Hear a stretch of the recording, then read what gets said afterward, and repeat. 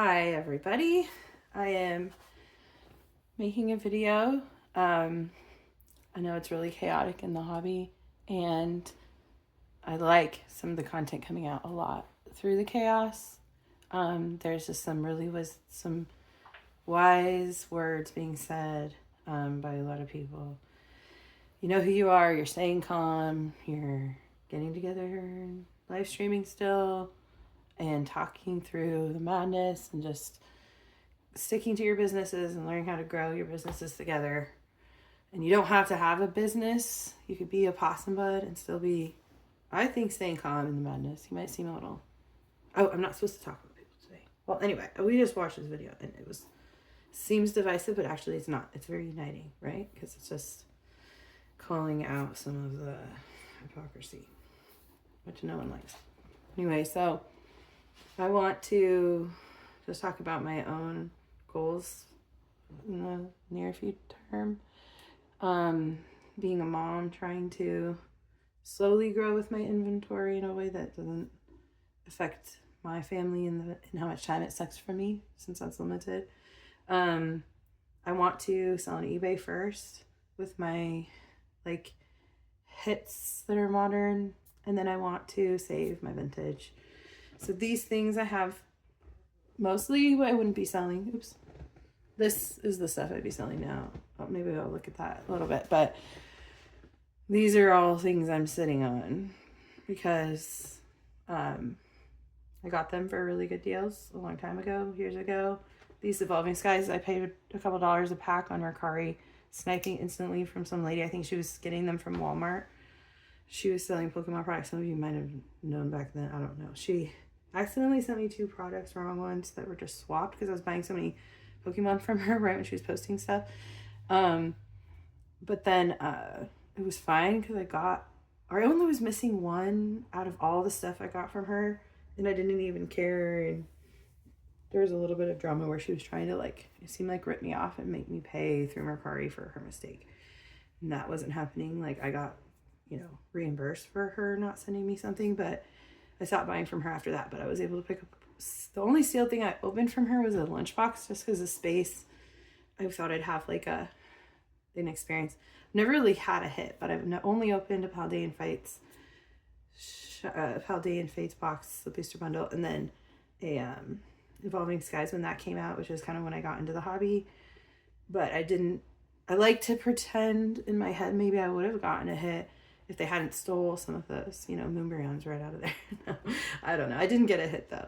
But I started collecting Mercari collections, and I got the rush of opening packs by feeling like I was making money on the end of how much cards were worth. And I was getting some modern cards, but I have to admit I was focusing a lot on vintage just because I felt more long-term in the space that would get back liquidity eventually, and I still believe that a lot of this liquidity in modern is going to go into vintage. So I'm keeping those. These are super random here. You're like, what is going on here? And I cannot tell you. I was just going through all the cards to try to get my stack of modern, and these particular ones were all sort of together in one of the ETB boxes, and they just were all kind of fitting together in some weird story. But the new card with Pichu on the back, and then this random mid-era Raichu as a PK, and this I have a different one that's more pristine, but this one has that character someone crunched it because they were mad. I don't even know, they lost a battle or something. It's toning in some silver. It has character to me, but I don't know what this is. But I was running into tons of tag team, and I was like, I'm not gonna sell my tag teams. I just feel like people will go back to loving those boom again at some point. But I mean, I'm sure they do still love them. I just feel like there's room to grow more, sort of like with megas. So, but this one was just, I was seeing some of the repeats of the tag team ones, but this one was rare. It popped out of them all. I don't even know what it is, but that's why I really like this card. I've always liked this art a lot. And there's some other versions of all of the different stages and different sets that I like, but the color schemes. Anyway, the Houndoom card, that's howling. That's the burgundy one. That's like the one that is the most gorgeous during kind of this time period, and I don't have yet, but I will have that someday. And then this is just cool. I don't know why. I don't know why. I just like anti-heroes. And then like probably why he's here. I have no idea. I think he's like misunderstood prince kind of syndrome, rich dad. Not Giovanni, but some other kingdom of and people we don't know about. I'm just trying to have fun. Not bad though. Anyway, yeah, and just kindness and keep treating all humans with dignity and like their kids so they can all have a chance to grow up.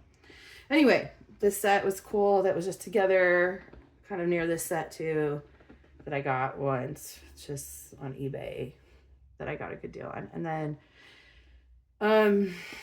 this is special to me because I told somebody, or it doesn't matter, I could say Brian Pokiani on a live stream, or on a comment on his video, and he asked for people to, instead of doing the cliche, well, there's a swirl right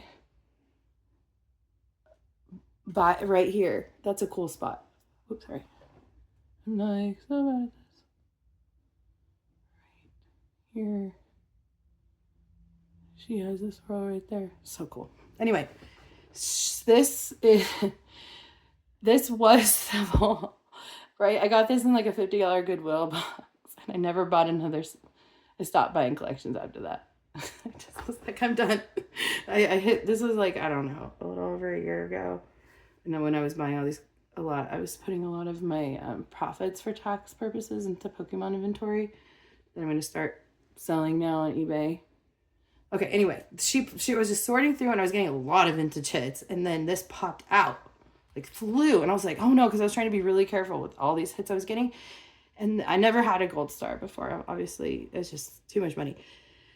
Not quite liquid enough to speculate on those kind of level of cards, but yeah, it flew out, and I was like, oh no, I hope it's not worth a lot, and I pick it up off the ground, and it's this card. Oh my god, that was my shaking moment or whatever. So then, I don't even know what to do. I put her in an ETB with all the other cards just so she was safe.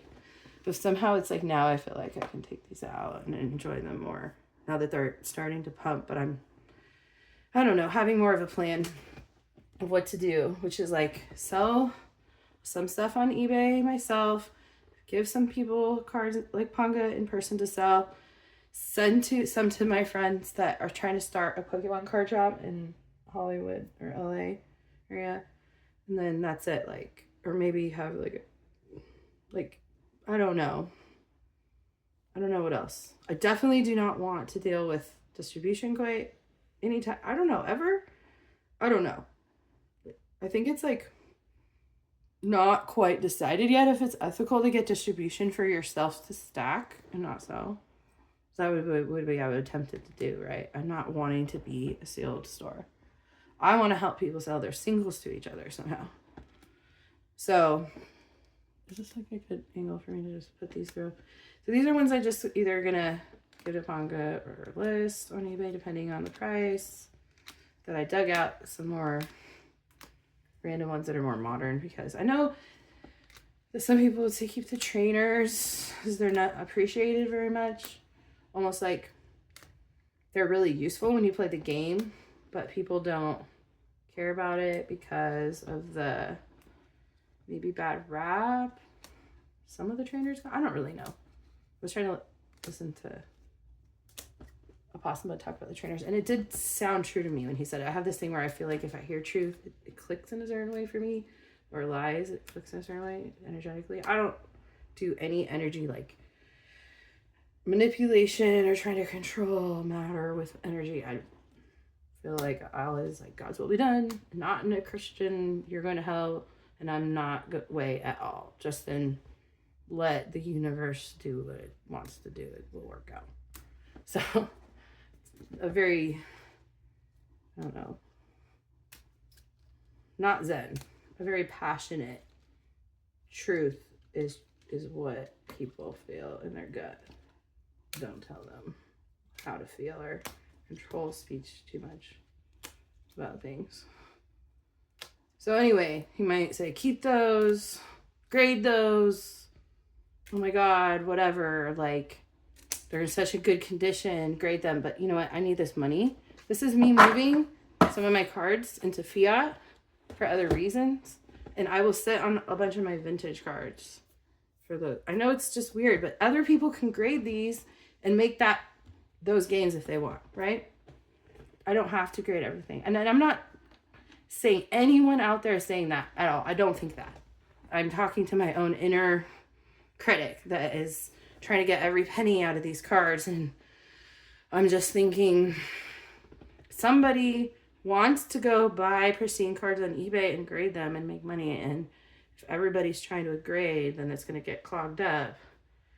Or maybe they want to grade them someday. They want to buy 10s for their collection that maybe they could grade someday. Anyway, I want to have a reputation for my store that I could get 10s by actually giving 10s because I'm not grading. Hope that makes sense. So yeah, I don't have a lot of sealed or anything, but these were ones I got on Mercari too, probably. I think I got these two together with a bunch of other random sealed things, or maybe also loose cards. A lot of times it would be like just buying someone's collection that they're just selling out, and you would get a few sealed and then some of their cards that they collected. And yeah, I think that is mostly all I want to say. I don't want to make it too long. Just that I'm not afraid to show my collection, and I've been slow about the business I start in this on purpose, but I feel ready to start listing on eBay and then making that reputation on that new store I started on eBay.